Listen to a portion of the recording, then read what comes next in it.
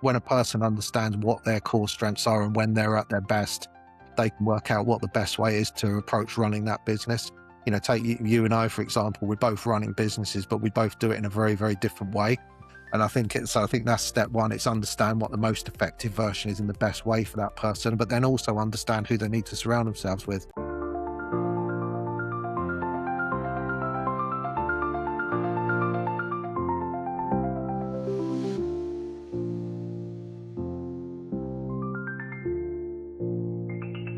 Muhami Matters with Chris Adams, powered by CJA Consulting.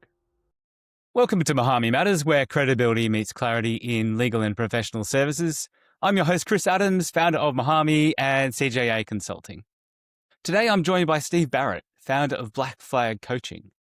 Steve works with businesses, franchises, professional services firms and organizations, mainly with owners, navigating growth, consolidation and transition, helping them to build stronger leadership capability, better structures, and more sustainable ways of working. Steve brings a particularly interesting mix of experience to the conversation today, having spent 30 years in senior leadership, including operating at scale within a national franchise environment, and for a complete change of scene, is now a Gallup-certified CliftonStrengths coach. But Steve's work's not just about personality labels or abstract leadership theory. It's about using strengths as a practical system for better decisions, stronger collaboration, clearer accountability, and more consistent execution.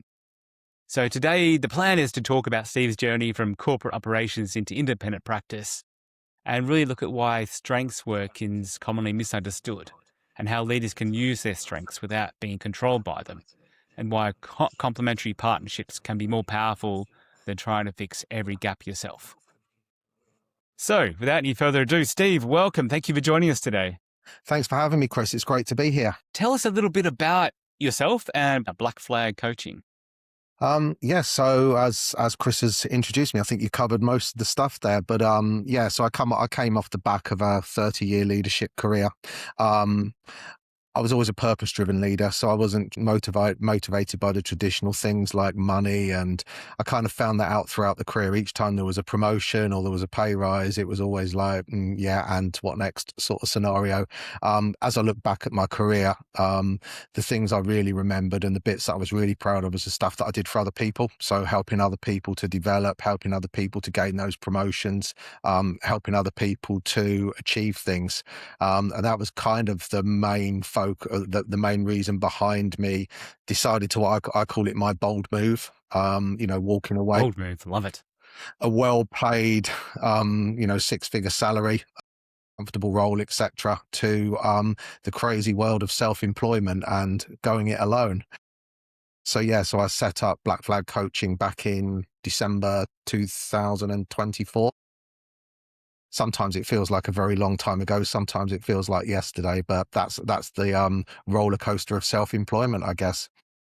It can be a roller coaster, can't it? And I think you work with a lot of people who probably are on that roller coaster journey. What did that 30 years in senior leadership teach you about, growth under pressure? Because no doubt you felt some pressure over the last 18 months or so since you launched. Yeah, and I think it was probably it's probably one of the sort of deciding factors that sort of contributed to me, still being here. I'd call it success with what I've achieved so far.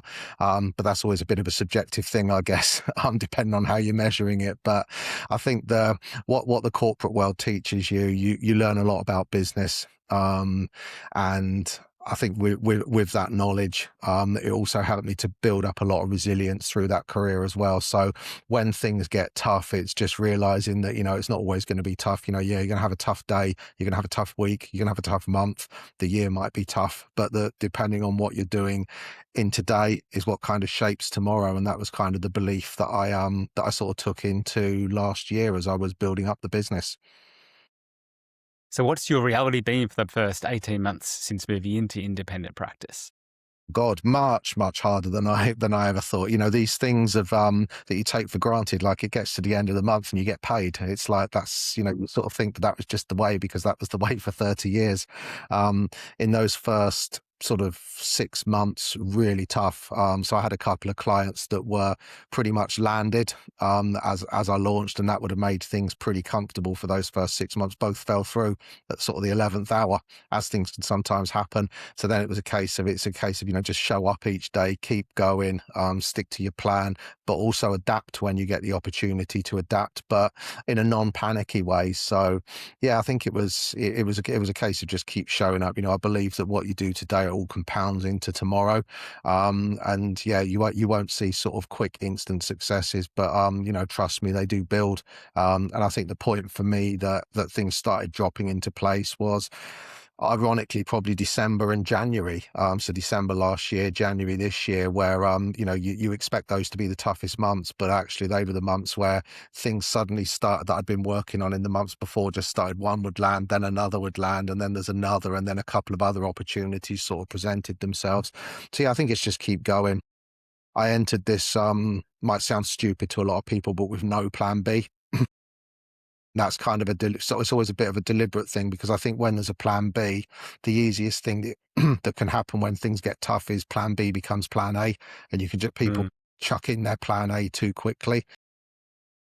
And yeah, this was a dream I'd had for a long time, and part of it as well. Myself and my wife moved to another country, so last year I moved to Spain, and the business being self-employed, having my own business was a big enabler for me to do that, because otherwise I wouldn't have been able to. So yeah, there's definitely benefits. Yeah, lots was resting on it. Let's put it that way. Yeah, well, I'm glad it's working out really well for you, and yeah, you do like to take a little bit on, don't you? Moving countries, starting a new business, having a complete career change, I suppose. Yeah, Why did you? Yeah, all in, and it's really good that it's working for. Why do you think things started working all of a sudden over what could be probably not the most busy business period, December, January? I don't think it was necessarily that it was all that it was all of a sudden. I think when you're just on the receiving end of it, it feels that way at the time. But when I look back at it, I'd been showing up consistently on LinkedIn, not doing direct outreach because I don't do any of that, but just, talking about the pain points that potential clients would be experiencing. So I had a couple of people reach out through that channel. I've been doing quite a bit of networking. So through networking, it kind of opened up a couple of other opportunities for me. And then referrals as well. So, clients that I'd worked with earlier on in the year came back for more, which is always a really good endorsement. I think when you get that repeat business, particularly in the world of coaching, leadership development, etc., it's quite a hard gig to get that repeat business. So I think when it comes in and it keeps coming back, that's a really good endorsement. Yeah, certainly a lot of coaches that I've spoken to, that is one of their biggest challenges, is to just, if you do, in some ways it's the same for my business. If I do a good job, the client doesn't come back, because if you've done a good job, you've solved their problem. They're growing and they're proceeding and they're making progress with their business. Much like you, I guess, if you coach them well, then they've got themselves into a strong position and been able to move on. Yeah. So how have you managed to get return clients?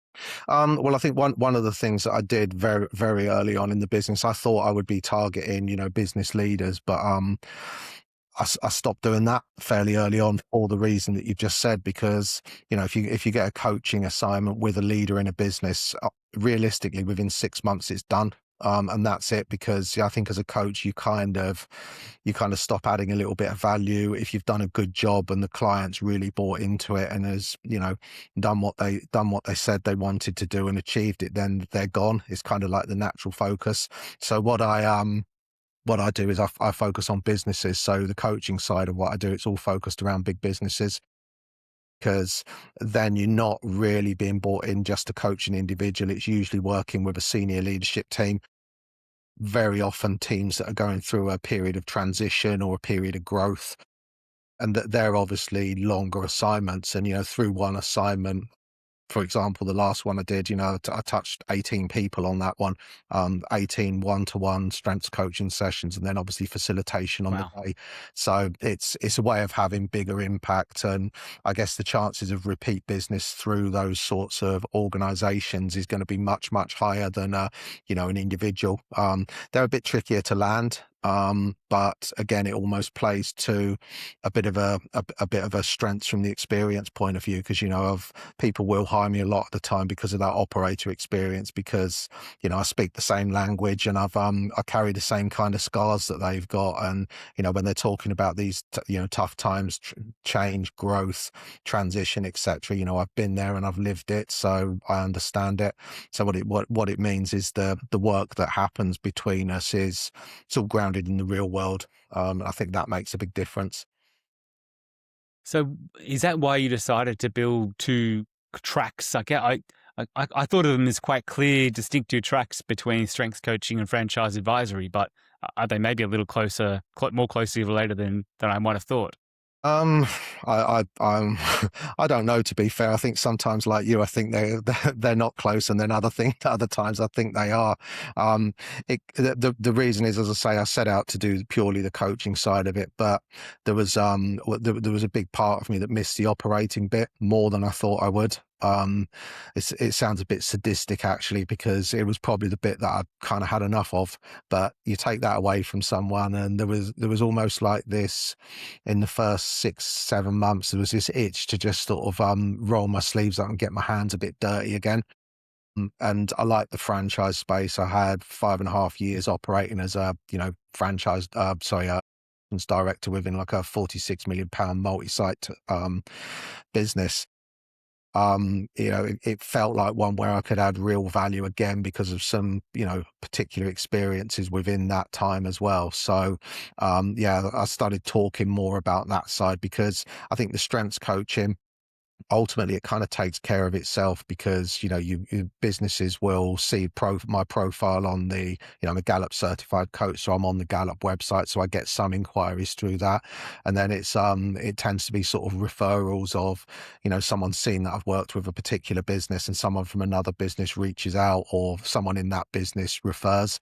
So I started talking more about the franchise stuff, and then got my first franchisor on board at the start of the year. So I'm doing like a fractional ops director role within that. So I help to grow the network and, fix a few things inside as well. But I think where the similarity comes, all the work that I do in the franchise sector is there's always something that underpins it, and that's capability. So there's always a big element about building capability of the franchisor, obviously, because they're in a situation that, it's new to them. They built a business, and then suddenly, they're not the operator of that business. They become the franchisor, which is a different role. So there's building capability there, but also assisting them in building capability across their network. Because, if you've got successful franchisees, you've got a successful franchisor. If you've got a capable franchisor, you're going to have capable franchisees. So I guess that's where the coaching bit kind of fits into it. They are slightly different, but I think, again, if I look at it from a pure business perspective, the franchise work gives me there's a stable income coming in each month from that. And then when the bigger coaching assignments, which are going to be slightly more ad hoc, come, that's like bonus, rather than at the start where you'd have boom month, bust month, boom. Yeah, that's understandable. Do you think the sadism comes maybe a little bit from what I found personally is that it's sometimes very difficult when you're working inside an organization to keep momentum going and keep positive, and not get stuck in the politics of what's happening. But when you do come in independently, like as a consultant or an advisor, like I do, and perhaps what you do with the franchisees or franchisors, that because you're just not there in the day to day, you don't, you get to do the good bits, not the bits where you're afraid of what the effect's going to be to the colleague you've got to front up and talk to tomorrow. Yeah, and I think it was always my big struggle in the corporate world. All roles I had, in fact, I never ever felt that any business I worked for got the full benefit of me.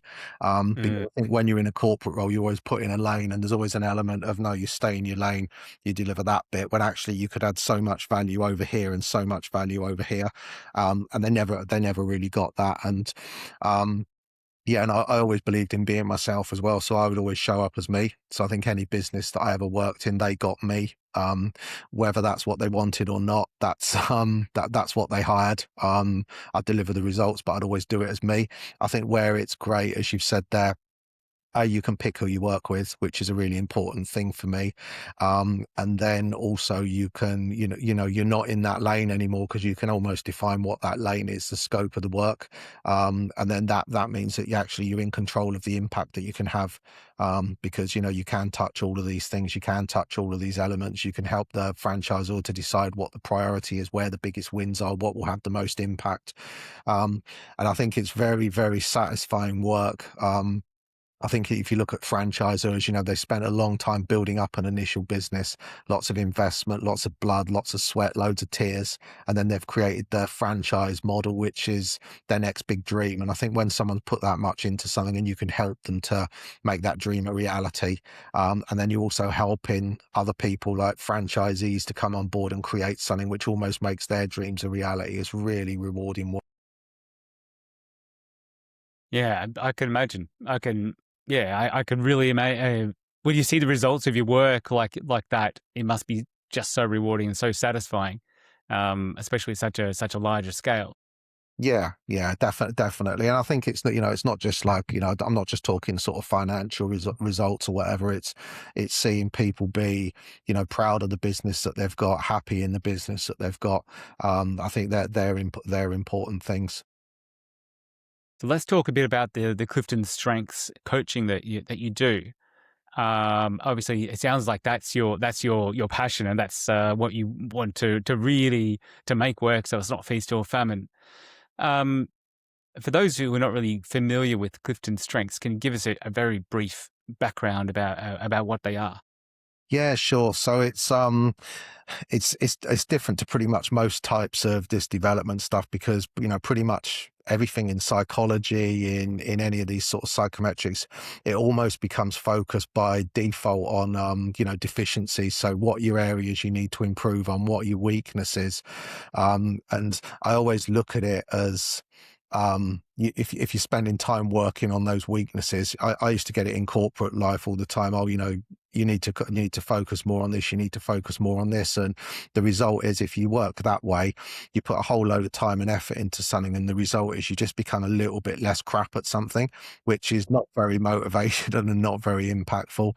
CliftonStrengths is positive psychology, so it's around the whole principle of looking at what's right with a person rather than what's wrong with them. It's about helping them to understand that, so that they've almost got a language to be able to understand it themselves, but also to describe it to others. And I think with that understanding, it then means that they can operate in that strength zone more often. So that leads to things like, higher engagement, better well-being, becoming more productive, becoming more innovative, getting better results. And for businesses, ultimately, it makes businesses more profitable. And the people side of it is, once you start looking at individuals as different, and you see everybody as different, and you see difference as a good thing, it's actually a really powerful way of driving diverse teams, etc., as well, because people suddenly start seeking out people that are not like them, because they see the benefits of it. The basics behind it, they say there's 34 themes of talent, which everyone will have, but in a different order. And the idea is to identify what your top talents are and to work on those to turn them into real killer strengths. So you and I did some work together on my own CliftonStrengths. I found it really, really invaluable. But it's I guess it's something you could take at face value, but a lot of people just scratch the surface with CliftonStrengths. Why do you think most people only do scratch that surface? I think it's probably how a lot of people are introduced to it. So, often if sometimes someone's done it through their workplace where it's like, do this, here are your strengths. 6 months later, oh, what were they again? Oh, I can't remember. Yeah, no, I can't remember. So that often happens. Or people do it as, do it, understand it, like it, but then don't actually do any of the application stuff with it. I think that's where the coaching element really comes in, because I think through the coaching sessions, it's an opportunity to really bring the stuff to life. So, helping people to understand what that could look like in real world situations.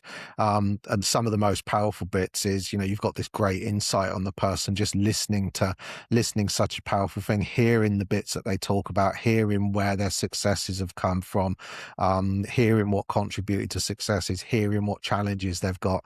There's usually some strengths clues within that stuff that comes out. And I think helping people to join those dots and then come up with some tangible things that they can do with it afterwards, yeah, it becomes quite powerful. Then digging deeper, I guess a deeper application of the Clifton strengths look like in practice? What do you need to do?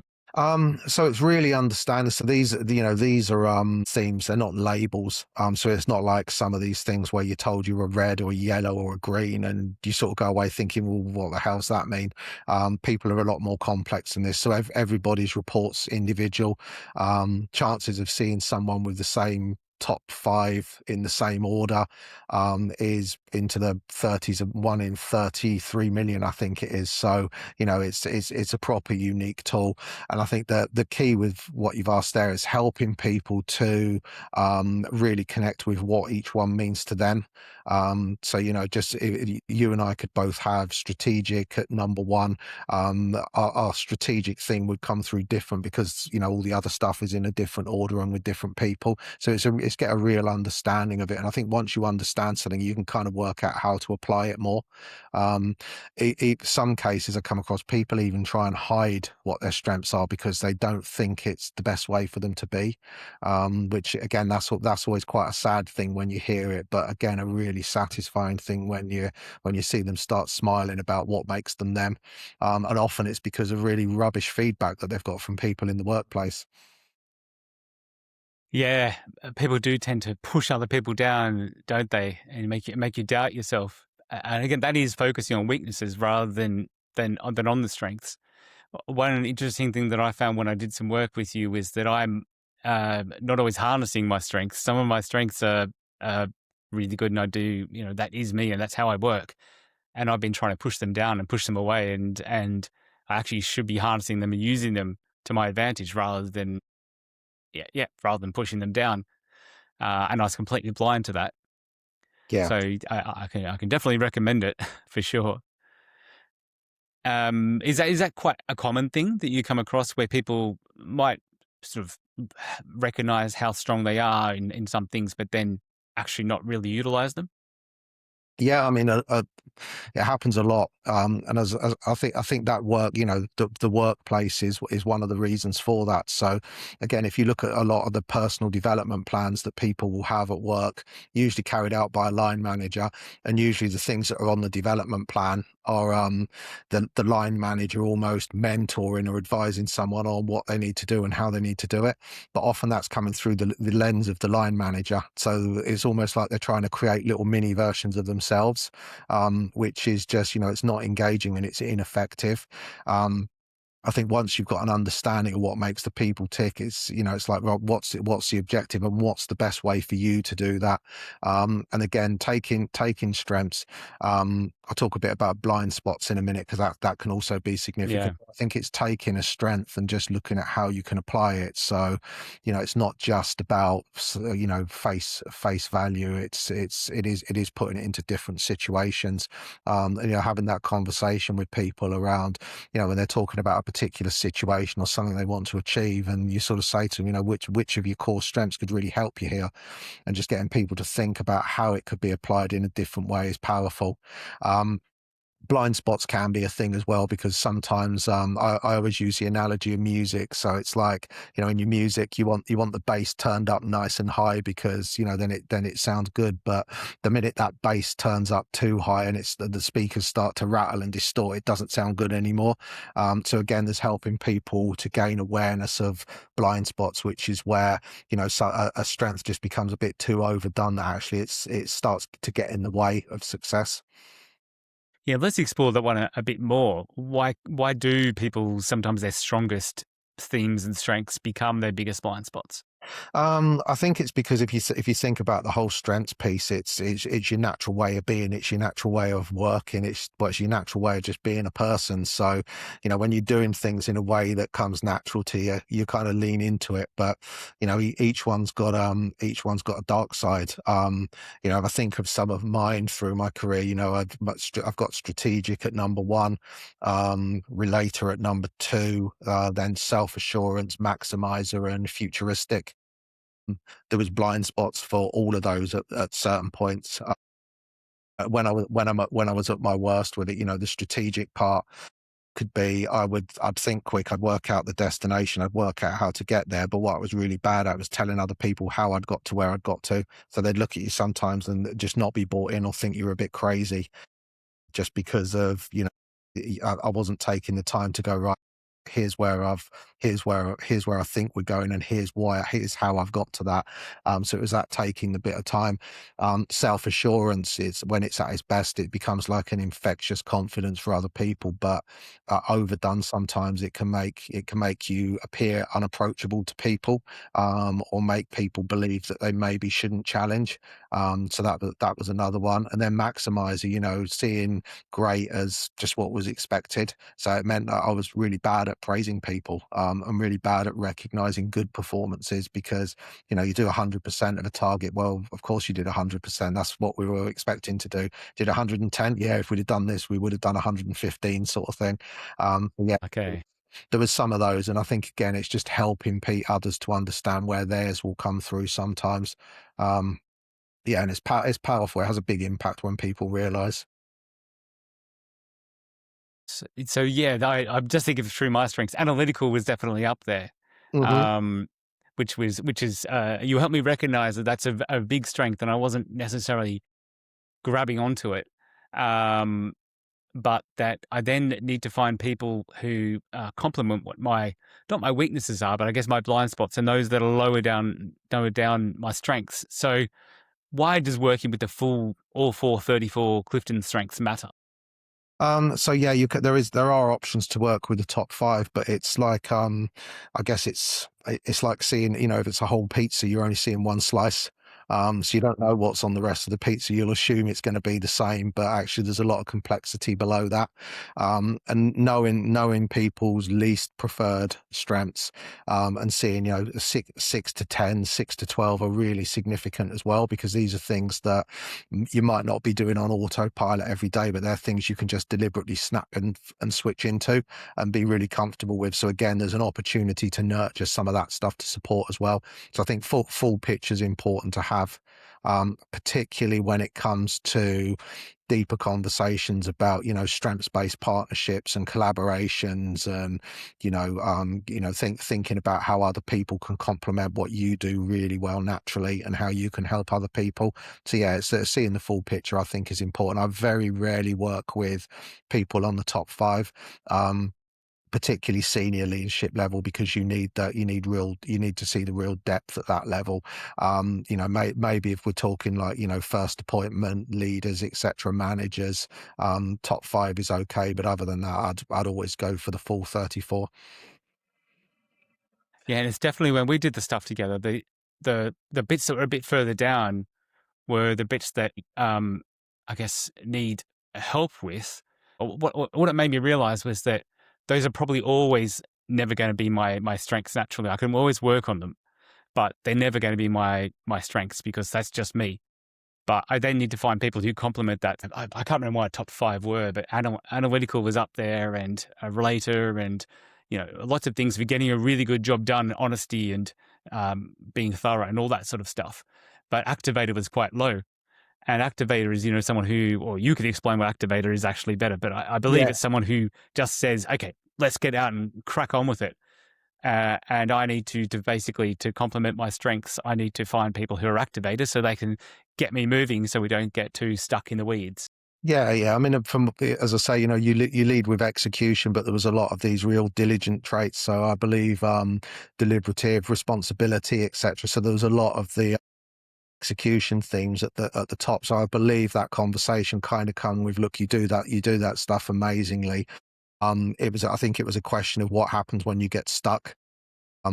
Because there could have been a thing, and I think you sort of said that one of the blind spots is sometimes you can almost procrastinate on it to a point that you want to work more on it and you want to work more on it, and then you've started something else and onto something else and really into the detail of all these things.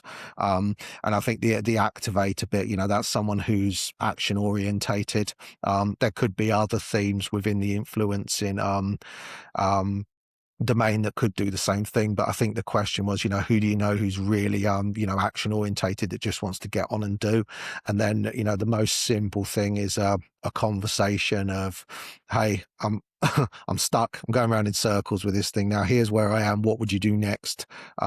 Just a question like that to get the action orientated person to just go, well, I'll probably do this and I'll do this and I'll do this, and there's going to be a little nugget of gold in there somewhere where there's one thing that you can just take away and go, that's it, that's what I'm going to do next, just to help you get unstuck. And then it goes the other way, because that person's not you. There's going to be times when potentially they're going to need a little bit of what you do around that sort of the analytical, the deliberative bit, the going deeper into something. So again, it's this is where these partnerships work really well both ways. Yeah, I think it's definitely something, since we've done that work, that I've been actively seeking out. So when I have conversations with people in networking groups or people that I meet, it's something I now look at and think, okay, if we're going to work together, are you going to help me to keep things moving, or are we both going to end up stuck going round in circles? Yeah. So it's something to be very cognizant of. Yeah. And I guess this then applies to leaders in a company. Because I guess you have to understand what your own lower ranked themes are without treating them as weaknesses. Yeah. But the question is, how do you do that? Yeah, it's interesting, because again, a lot of that stuff, the sort of starter point with that is, do any of those themes at the bottom get in the way of success? And often, depending on the business people are in, the role people are in, the answer is no. I was working with a team last week, and people, the one thing that came up a lot, people go, oh, I thought I'd have high empathy, and empathy was low down. And it's just an explanation that, look, empathy in this term, it's not that you're not caring or you're not thinking of other people. It's just if you lead with empathy, it means you deeply feel all the things that other people are feeling. So, if you've got a colleague, a peer, or anyone who's going through anything, it's almost like you feel that, you take that on as almost as your own pain, and people are, oh, okay, I kind of get it. Maybe that's not me then.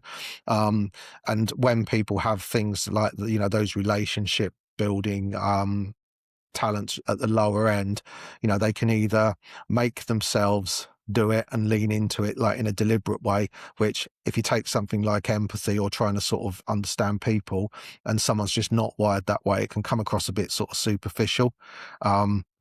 Or another way, they can use other talents which are higher up. So, individualization, if they've got that, it means they've got a great understanding of each person and see their uniqueness. So there's stuff they can use with that. Or the easiest way is identify someone else in that team that, so with the empathy example, if you've got someone who's leading with empathy, when something big is about to happen in the business, or you're in like a period of change or something, that's the person to sort of speak to, and it's almost give them permission. It's say, look, you're gonna see things that I don't see. You feel this stuff, I probably don't feel it as much. So, when you're picking up on these signs or these things, and you think there's something important that I need to consider, come beat my door down, come and tell me about it. And then it's that person's being given permission to do that is motivating, and it means that again there's a mutual respect thing going on there. Do you see when you do these workshops, I know you did one, I said, with a big organisation in the UK last week. Do you see things start to click with the teams quite quickly? Do you see people's eyes light up? God, yeah. It's I still love doing it, and the standard approach to this is ahead of the event, because I always try and make the on-site events, I don't make them about CliftonStrengths, which is probably different to a lot of strengths coaches do it. I always do it around that, what's the objectives, what's that senior leader, that sponsor want to achieve, what journey do they want to take that team on. So I always do a one-to-one hour one-to-one strengths coaching session ahead of it to help everyone turn up in the room engaged by it. And they're really motivational sessions, because how often does someone come, you've got all this insight on yourself and someone's asking you about all the bits that are good, all the bits that make you great, tell me about, analyzing some of your successes, what was at play there, helping them to understand some of the other bits. So I think when people go into the room with a good understanding, it makes a difference. And the team I was working with last week, they were it's copied in all these emails where they all started sharing their reports with each other, which was fantastic. And then you introduce them to the app and on the day, as a way of getting them to talk, and they're all sharing each other's reports, and they're fascinated by the grid. And then you sort of see how people, they acknowledge other people for the great things about them, and they start talking. You hear conversations like, I've never really spoken to X before, but I'm going to start doing that more because, and you hear these things, and then you've got people going, oh, remember when we worked together on this and it went really well? Maybe that was this and this that was sort of, supporting there. So it's great. It's a great tool. As I say, the most common scenario is teams going through transition, growth, transition, and change. And I think through that positive lens, when they're looking at all the talent that's in the room, when they're hearing about all this, what all these strengths can do, and considering all these partnerships, it makes what's coming next a hell of a lot less daunting. And then because they start sort of respecting each other more, and connecting on a deeper level more, you just as I say, you just see the the drive, the desire. Just it's awesome. It really is. Love doing it. It's I must be very, very invigorating, I guess, and rewarding. How can people recognize, when they recognize their strengths, how can it help them redesign their own work? I don't even think it's redesign. I think because, when I've taken so many people, I've been working with this tool for probably over 15 years now. I've taken so many people through it. No one has ever been shocked. There might be the odd one where people are, help me to understand that. But everyone sort of relates to it. So I think people are doing it. It's like when you did yours for the first time, it's, you're not going to have radically changed what you were doing, because it's those strengths that have got you to where you are. And when you're at your best, it's those strengths that are at play. I think it's more about the realization of, that's what it is. And once you've got a way of describing it and a language to use, it just makes it easier to be more deliberate with it. So you can be more deliberate with it, but you also play with it more. It's like, okay, yeah, right, I am really strong in this. Analytical is something that I really do lead with. Let me really play to it. So again, you can go deeper into stuff and use it in other areas, because these the strengths is what makes a person. So often in coaching sessions, move people, even in the corporate settings, I move people away from work. They mentioned something. I had someone last week that was was talking about that he coaches a kids football team at the weekend. I actually stopped talking about the workplace version, the workplace stuff, and started talking to him about how he shows up there. What are his principles with this? How does he do it? What happened when? And then it's like the penny really drops that, oh my God, it is these things showing through. Yeah, that's a good point, actually. It isn't just your work. I mean, I was thinking of CliftonStrengths in terms of work life, but you can't separate those CliftonStrengths from your general life as well. So, what do you encourage people to do, I guess, in recognizing their strengths and taking advantage of them in their personal life as well? I think again, it's the same sort of principles, and I think as well, personal life blind spots is always quite a big one. I always my biggest blind spot around personal life is this whole thing of I'm always thinking of this whole futuristic thing and strategic thing, and a couple of years this will happen, it'll be like this, it'll be like that. My biggest blind spot in personal life is I forget about today, because it's just like I'm always focusing on tomorrow. So I can I've always made quite a lot of sacrifices because of that. And I think having that awareness is an important one. But again, I mean, partnerships are so powerful. My wife did this because she was a bit curious about it, and she's always hated all of these things. She just doesn't believe in any of it. But again, she saw her top strengths, and it was interesting. They're like almost a polar opposite of mine. So the stuff that's at the top of hers is low down on mine, and vice versa. And it's kind of where it works. So one of the biggest things that helps with my blind spot is she's completely focused on today. The approach to positivity, adaptability, woo, all these strengths where she's it's all about today and tomorrow. The plan for tomorrow is don't worry about that, it'll be okay, because it always is okay. So again, it's almost like I can help with some of the, maybe we do need to think a little bit about that stuff that comes next, but she almost like drags me back into today a lot of the time, and that works really well. That's made a big impact on my sort of personal life through that. Yeah, I think it's definitely helped me to understand how I get through life. It is quite interesting, I think, how opposites attract, because so many people that I've been to speak to recently talk about their business partner, for example, and how their business partner annoys them a bit, or sometimes when they do things really well. But it's the same with their life partner generally as well, that opposites attract is the old saying, right? And it really is quite true, I think, because to make a marriage work, to make a partnership work, to make a business partnership work, you do have to complement each other, because you're exactly the same. Then you're just going to butt heads even more, I think, and Yeah, nothing's going to progress. yeah, yeah. So what practical changes could people make once they understand their strengths? I guess that's a very high level question to ask. Okay, I'm going to take myself then. Quite analytical, but low down on the activator. So I think your advice to me was, Chris, find someone who's high on the activator to work alongside you.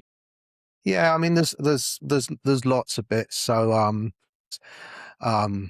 if you think of how people's minds work, I mean, I think another thing we spoke about was, how do you switch off? What do you do to switch off? And I think there was some elements around, time with, maybe it was relate a theme around some time with close friends provides real, those that are closest to you provides real energy. So I think that knowledge is something about, look, make that a priority. So where you're very structured, structure that time in. So make sure there's some time each week when that happens.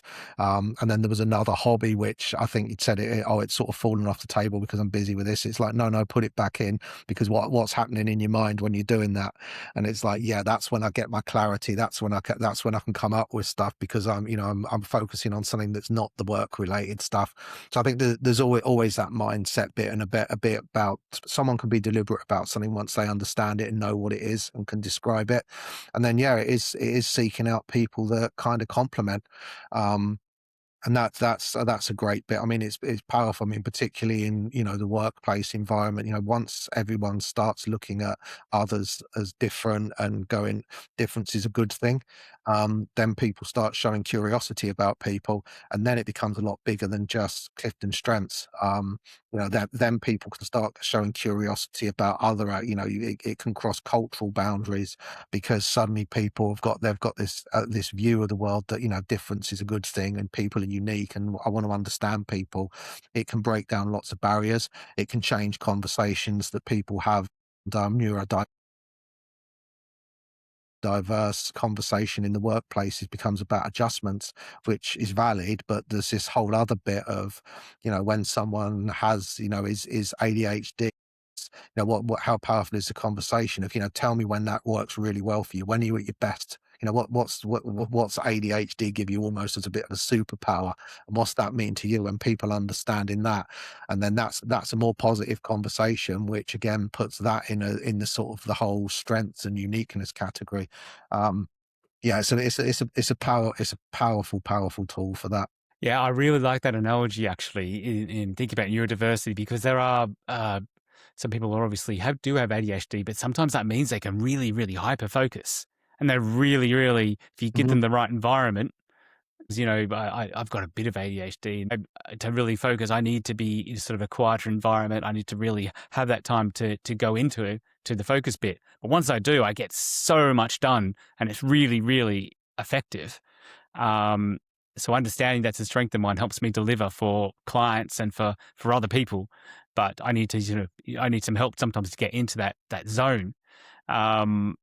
Again, if your strength is a relator, for example, how could you sort of use that strength in yourself or in a team member to play on that strength and make their work better, or the team work better? Yeah, so I think that relators, it's an interesting one. I mean, I've got it in my top 5, and relators we can take a little bit of time to get to know people, to let people in, and it can look a little bit sort of standoffish to start with, but I think again, being able to explain that blind spot to people, it's like, here's what that means, and it's I'm not being standoffish, it takes a little bit of time, but then again, being able to tell people that what it really means is you're going to be an incredibly authentic leader, because you'll show the true version of you. And once these workplace partnerships start to form, they become very powerful, because it's about depth rather than breadth. So yeah, because that's an example of that one where you can benefit, and it's again just getting people to understand how what exactly it means to them, and how they could use it in the best way for them, because as I say, this is all unique. It's not about a coach telling you that this is what your strength is and this is what you should do with it and this is how you're at the best. It's getting the person to go, when's that come through to you? When do you see X? And give me an example of, and people start talking about it, and then they can realize, oh, I could do that more, because that's the other thing. Once you understand it, how can you do more of it? How can you be deliberate about it?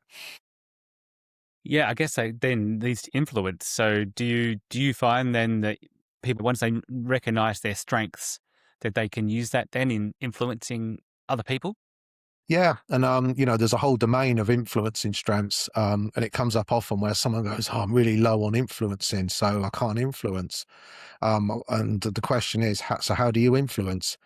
And often it's influenced through a non-traditional way. So if someone's high on some of the relationship building themes, then often they influence on a very personal level, and that's still influencing. It's just not the traditional way that you'd consider influencing. If someone's high on execution, they actually influence by probably being a subject matter expert and highly respected because of what they do. That's influence.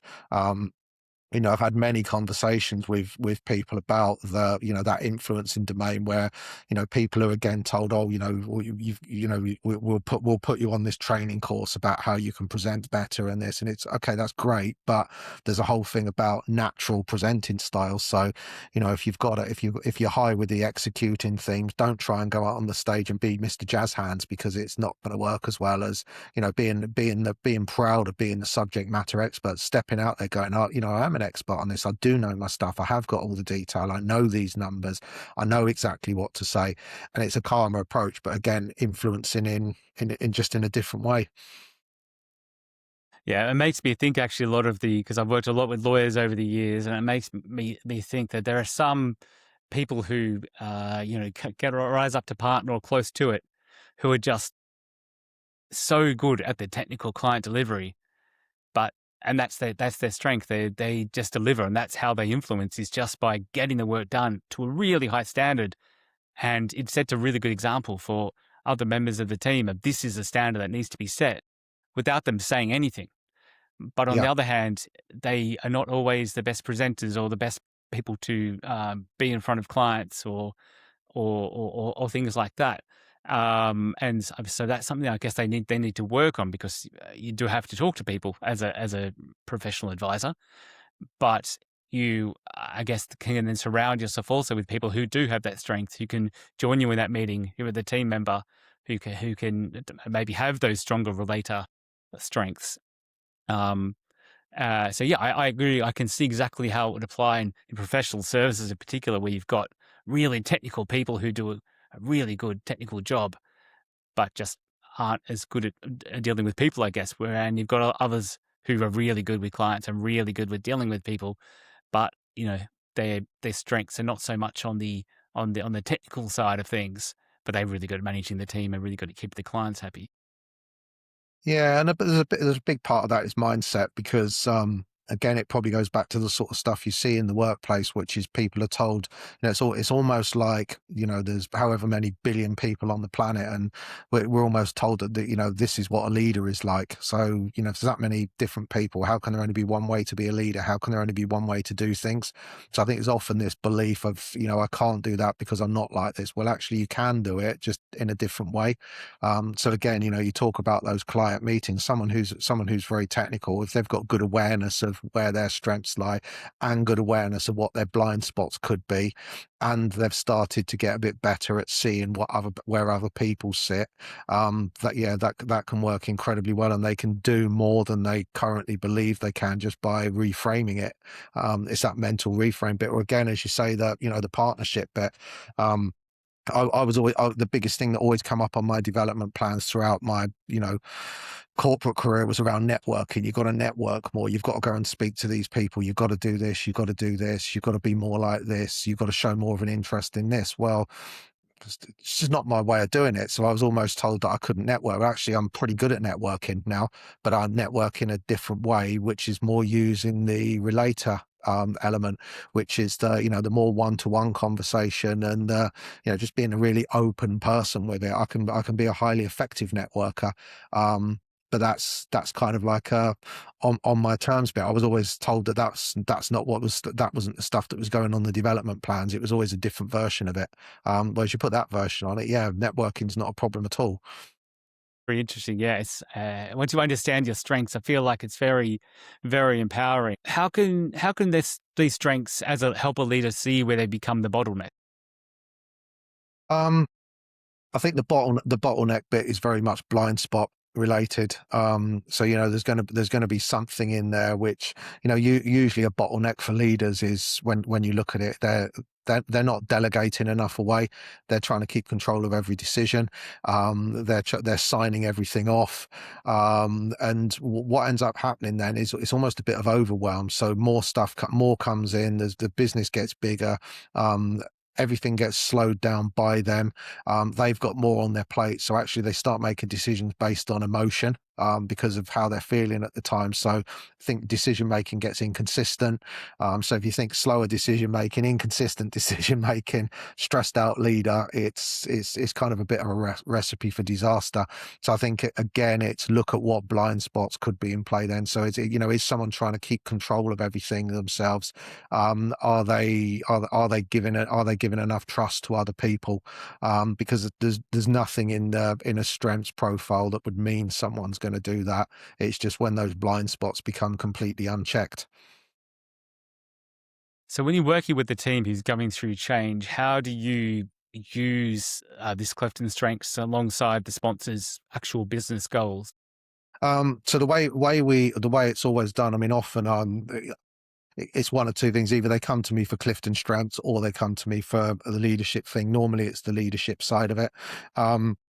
And in that case, we'll talk about how the CliftonStrengths can support it, but the conversation's very much about, right, give me the background, where's the team now, what's been happening in the last couple of years, what changes have happened really recently, what's led you to sort of, realize that this is a good time to do this, what's coming next, and then what's coming after that, what's your dream dream outcome. If we could fast forward a year, where do you want the team to be? Because once I've got all that information, I can build a day that's around that, and then the Clifton Strengths stuff underlays it. So there'll be like Clifton Strengths sections. So it's typically about, what's the team need to achieve, what do they want to achieve. But then there can be, right now, let's look at the talent in the room. So if they know where they want to go, and then you start talking about the talent that's in there, it's an incredibly powerful thing, because people actually start to feel like they belong at that table. They believe that they've got something really special to contribute to that, and it does pull people together.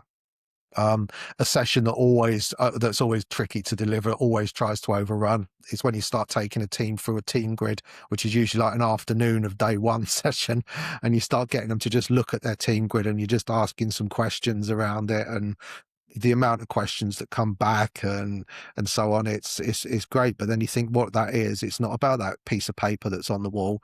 It's about the it's about the uniqueness that's in the room, and people are actually asking questions about their colleagues and how they could work together, and what's that mean, and if the teams, if this is the most common, these are the most common strengths in the team that show up, what could that mean? What could those blind spots to that team be? What's it mean when 10 of you have got that in your top 5, and there's a couple of people that got it really low down? What's it mean? Just getting people to explore difference and explore opportunity. And then some things like, there's a whole thing of, get people to, couple of ways of doing it, but we'll go around the room now, and tell us when you're at your best, when you're using your strengths, and you start hearing that, and it's powerful. Or there's a particular thing they've decided to do, and it's like, right, I want you to each pick one of your strengths that's really going to support the team in doing that, and why have you picked that one? And you go around the room and you hear all this stuff, and it's just, silence always follows, just with a whoa. That's like, there's almost like we can really do this, we've got this. And then you just remind, that's one, you've picked out one strength each, and that was one thing that you were going to use deliberately. Times that by 10, 15, 18 people, however many's in the room, and you've got all these things. That's one strength people are using. You've got more complexity than that.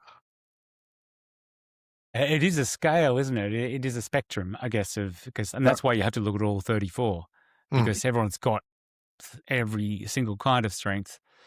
Do you ever come across teams when you do the facilitation day? And I can see the value in that, by the way, but beyond just because you having completed the actual analysis, it doesn't really mean much to you until the real value, I think, comes from when you speak to someone like yourself who actually can run you as an individual or the team through it.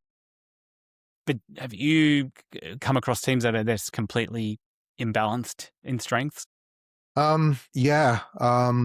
There's one that springs to mind that I was working with last year, and it was some senior leaders within the business, and their profiles come back, and they were all pretty. They were very, very similar, all leading with influence, like all strongly leading with influence. And the original goal for them wanting to work with me was they need people to be more strategic and better at following up, and when something's gone wrong, analyzing it. So all the stuff that these people didn't have. And when I saw this, the first question was, so let's look at their leaders' strengths, and guess what? Similar pattern. And then I asked about the hiring process. So what process do people go through to get these roles? And there wasn't really a process. Okay, who were the decision makers involved? And it was a line manager, and it was a previous HR director. Tell me about the previous HR director. What were they like? And it started explaining it, and then it's like almost like the penny dropped, and it was, oh, everyone's just we've been recruiting people in their own image. So you end up with this team where you almost get like, collective blindness, and these echo chambers form where, because everyone's sort of thinking the same way. And you had a team in a really reactive type of business, very fast pace, that kind of all liked having a drama to go and sort out a drama, rather than there's no one in the team that was sort of stepping back and going, hold on, why did that go wrong? Let's really work this out. So again, it was about getting them to think about some of their other strengths, whereas where they weren't high on some of the strategic things, themes like a ranger and restorative where they were pretty high. It's like, okay, so that's like bottom up strategy. So you're seeing moving parts, you're spotting problems, you want to fix things, and asking questions. So who in your team of direct reports is not at all like you? And they all kind of had someone. Why are they like that? Well, they're more into the numbers and they're this and that, and it's like, right, perfect. So how can you utilize that person's strength to achieve what you want to achieve?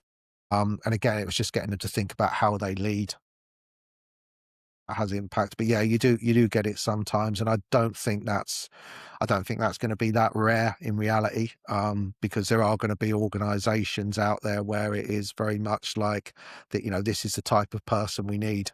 And they go and get that type of person they need. So there's almost a bit of bias in there. They're not looking at what the person could achieve. It's like they're going out for a certain type of person when they're recruiting. So they get that certain type of person. They realize they're all kind of very similar.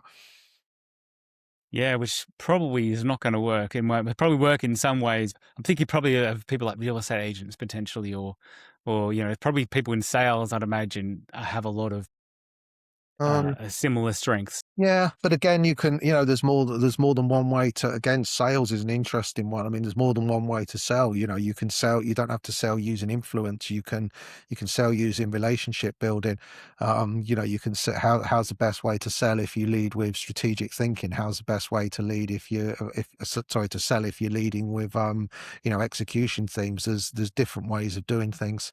And I think it's leaders spotting people that are different in the team and getting that diverse thinking into the team. It's a very powerful thing. So a lot of people listening to this today are in professional services. Probably it's the bit about going from being a professional delivering pure legal advice, pure accounting advice, pure medical advice, to have to then be a business owner or running a business.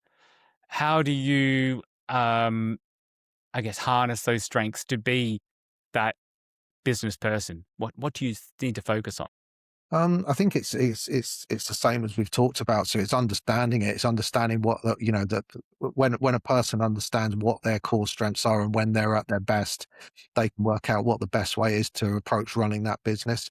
Take you and I, for example. We're both running businesses, but we both do it in a very, very different way. Because I couldn't do what you do, and you couldn't do what I do in the way that I do it, and I couldn't do it in the way that what you do in the way that you do it, because it just wouldn't work. But if we're allowed to do it in our same way, then we can both do it. And I think that's step one. It's understand what the most effective version is and the best way for that person, but then also understand who they need to surround themselves with. So it goes back to what you're saying about they're having a few action orientated people in on your fast dial button that you can just go, right, a bit stuck now, phone this person, do this, and it becomes very deliberate then. People that don't lead with strategic thinking have a few like these like more blue sky thinkers in there.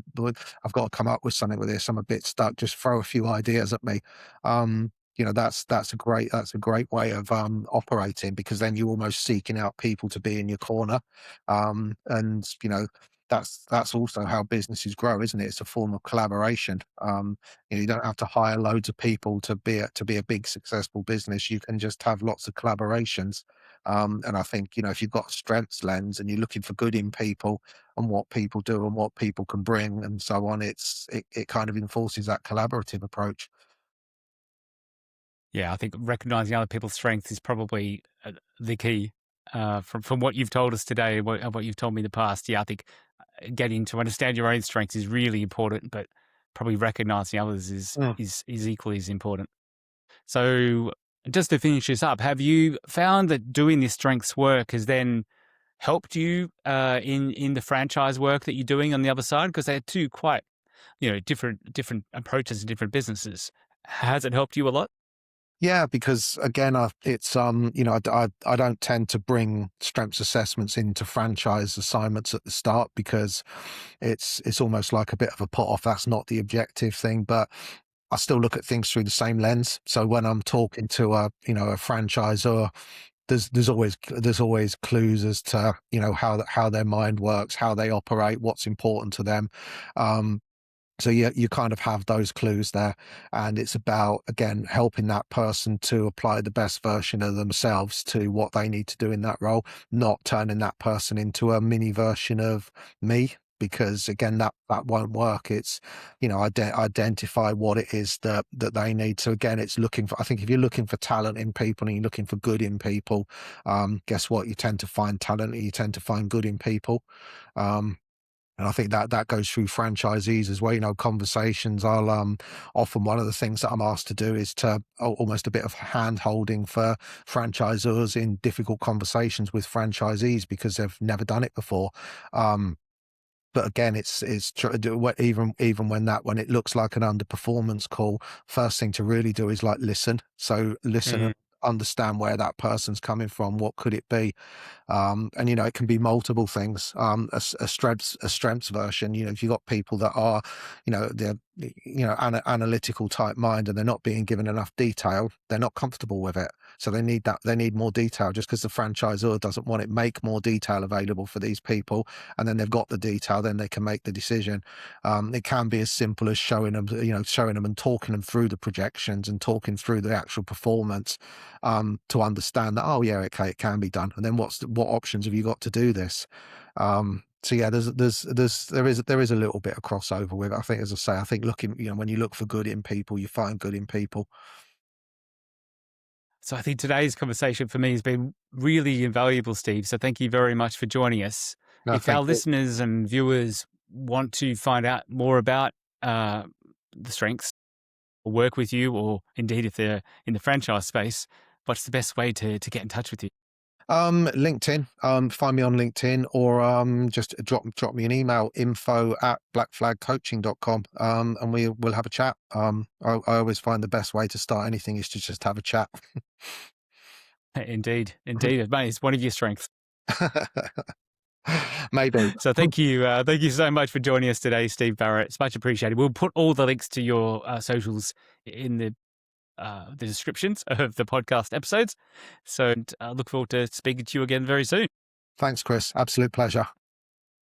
So for our audience, that's it for today's episode of Muhami Matters. A massive thanks again to Steve Barrett for joining us, for sharing his practical insights into strength, to leadership and the realities of growth. I think what really stood out to me from this conversation is that strengths are not just about understanding yourself better. They're also, if they're used properly, I guess, understanding others and understand how you make your own decisions, how you structure your work, how you collaborate, and how then you work with other people to build a business that doesn't just rely on one person carrying absolutely everything. So for founders, professional services leaders, franchisors, anyone managing a growing team, that's an important shift and something to bear in mind. If you enjoyed today's episode, be sure to subscribe, share it with your network.